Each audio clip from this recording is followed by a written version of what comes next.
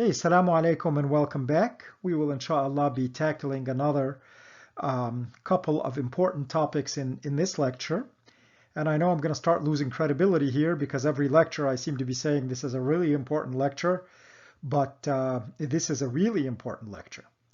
And it's a lecture about material that hardly ever gets discussed in modern Islamic discourse, but is really critical to Hadith application. So our first topic will be understanding Hadith in light of different social conditions. And this is an extremely important issue, and it is often quite neglected when it comes to assessing how to apply a Hadith. Now, by its very nature, it involves the use of reason to make judgments, and once again underscores and emphasizes the flexibility of the Islamic law and the enlightened and non-dogmatic approach which our best scholars take. Now, in his book, كيف نتعامل مع السنة النبوية, how we should deal with the prophetic sunnah, the great modern scholar Yusuf al-Qaradawi has a section entitled Explicit Rulings Based on Conditions Which Have Changed. In this section, he discusses the need to assess the precise circumstances in which a prophetic ruling was revealed, with the notion that the intent of the ruling, rather than the letter of the rule, be the guiding principle in juristic rulemaking. So he offers an example of the limits which the Prophet, peace be upon him, set on the eligibility to pay zakah. In other words, the degree of wealth needed to make someone responsible for paying zakah, and the poverty line below which the obligation of zakat drops. Now, the Prophet had specified that this should be either 200 dirhams of silver or 20 dinars of gold. At that time, the conversion rate was 10 dirhams silver per dinar of gold. Since then, silver has diminished in value vis-a-vis gold, and so what was a consistent standard set by the Prophet would no longer be consistent today. So Sheikh al-Qaradawi therefore advocates that the standard be made uniform despite an explicit prophetic announcement detailing the limits for zakah.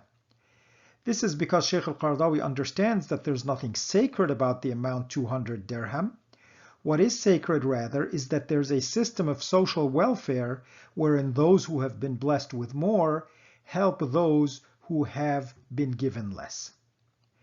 So, Sheikh al-Qaradawi states, quote, and I have shown in my book Fiqh al-Zakah, the jurisprudence of zakah, that the Prophet, peace be upon him, did not mean to put two discrepant standards for zakah, but rather it is one standard. Whoever possesses it is considered wealthy such that zakah is incumbent upon him, and it was assessed by two monetary standards which were customarily used in the age of the Prophet, and so the explicit rule came based upon this existing system and set the standard according to equivalent monetary units in both systems. So if the situation has changed in our time and the value of silver has drastically diminished vis-a-vis the value of gold, we cannot continue to use the same standard and thus set a system which is markedly discrepant in the two monetary units. And the reference from Sheikh al-Qaradawi's book is given in your syllabus. Now, another example that's less esoteric is the practice of ramal, or jogging in tawaf during pilgrimage, which the Prophet did and asked Muslims to do. And if you go to pilgrimage, you will see the pilgrims doing this. And the scholars have taken this as a sunnah for Hajj, but the companion Ibn Abbas felt that the Prophet did this only for a special circumstance. And this circumstance was that when the Muslims went for their Hajj, the unbelievers of Quraysh were watching the Muslims and saying that they had been weakened by a sickness going on in Medina, and the Prophet wanted to dispel any such notion by having the Muslims show strength and vigor by doing the ramal, or the jogging.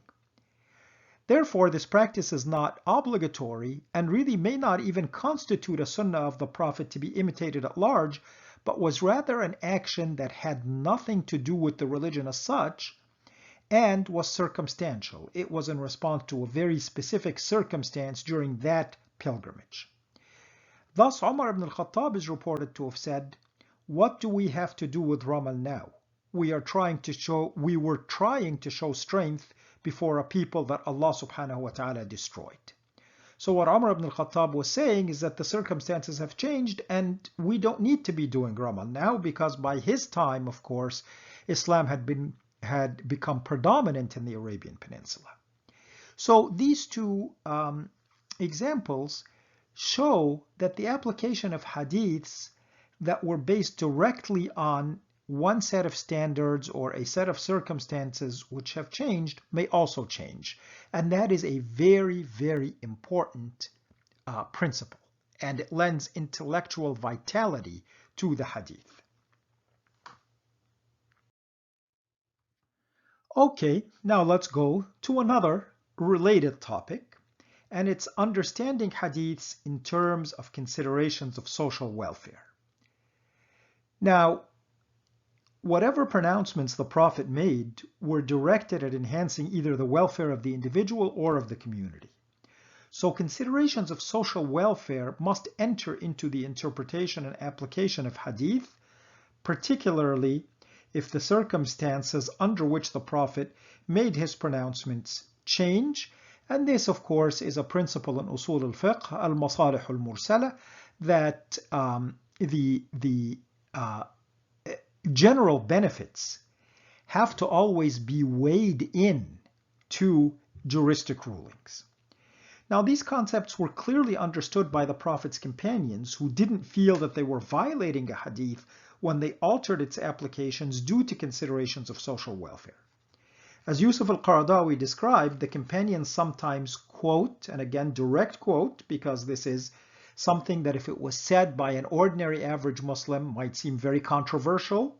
This is now being said by one of the top scholars of the 20th century, that the companions sometimes, quote, stopped applying the explicit meaning of some hadiths when it became apparent to them that they treated a specific set of circumstances in the age of the Prophet, but those circumstances had since changed from what they were, end quote. So let's look at an example for illustration. It concerns the disposition of land which the Muslims acquired during the early expansion of the Ummah. The Prophet, peace be upon him, set a clear precedent by dividing the lands of Khaybar after the conquest of Khaybar among the military who conquered it. However, during the age of the Caliph Umar ibn al-Khattab, radiallahu anhu, he did not divide a portion of Iraq among the Muslims who entered it, keeping it instead with its owners who paid the Ummah a tax. This change in policy, although there was a clear precedent set by the Prophet in a matter of significant importance to the Muslim military, was dictated by considerations of social welfare. The classical commentator Ibn Qudama stated, quote, "The Prophet's division of Khaybar was in the early days of Islam and in a time of great need, and this decision was where society's welfare lay. Thereafter, social welfare lay not in dividing the land, and so such became the requirement." And so you see that even from the classical age, our scholars clearly understood that the requirements of social welfare dictated how the hadith was applied. Now, similar considerations prompted the caliphs Uthman ibn Affan and Ali ibn Abi Talib radiyallahu anhuma to alter the Prophet's directive regarding stray cattle. It's recorded that the Prophet had given instructions that if a stray animal was found, that it was to be left alone and allowed to graze until its owner retrieved it. However, in the years following the Prophet's death, social mores deteriorated, such that the stray animals were often taken by whoever found them and added to their herds. In effect, they were stolen. Therefore, in the interest of social welfare, both Uthman and Ali devised different policies which involved the government either housing the cattle or selling the cattle and earmarking the money for the owner if they returned to claim their animals. Two different policies. Now, neither caliph apparently felt any hesitation in departing from the Prophet's directive. They realized that leaving the cattle to graze free or housing them, or selling them were not issues of sin or virtue. Rather, whatever policy secures the rights of the owner with regard to his cattle is the essence of the Prophet's Sunnah. And again, the footnote from Sheikh al-Qaradawi's book is in your syllabus for your reference, but the principle is loud and clear, and unfortunately, we really hardly ever hear these sorts of principles being discussed or taught in how to understand and apply and deal with hadith. Okay, now let's tackle one last topic, again, really a critical topic, and that is understanding hadith in terms of the original purpose behind the law. Now, this is similar to the above considerations of social welfare and of changing circumstances, but it's an even more broad consideration. It entails attempting to educe or deduce the original reasons behind a hadith. So, we ask ourselves, why did the Prophet, peace be upon him, say what he said? And if these reasons are social reasons or administrative reasons rather than spiritual, then the hadith is open to reconsideration in terms of application. Notions like this seem to always make Muslims anxious, as there's a feeling that the sunnah of the Prophet is somehow not being given its due, or that somehow people are tampering with the Prophet's legacy for expediency or convenience in the modern age, and that somehow we're watering down the sunnah.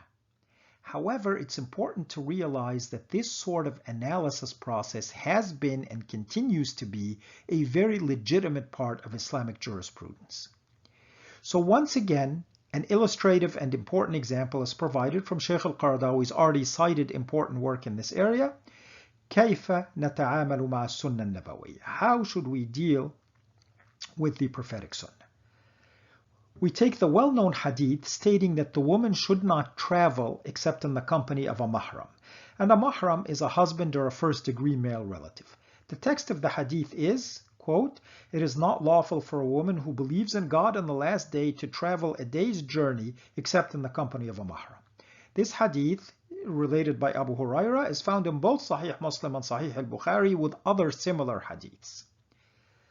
Now, despite its sound chain of transmission and its clear meaning, Sheikh al-Qaradawi does not shy away from looking at its intent, rather than insisting that its sound chain and clear meaning imply a permanent juristic rule. As he states, if we imagine travel conditions at that time, traveling through an uncharted desert, no electric lights on the highway, no highway to begin with, peopled by marauding tribes, it's easy to see that a woman traveling alone may come to physical harm, whereas a woman traveling through many nights in the company of a man who is not a mahram may come to harm in her reputation.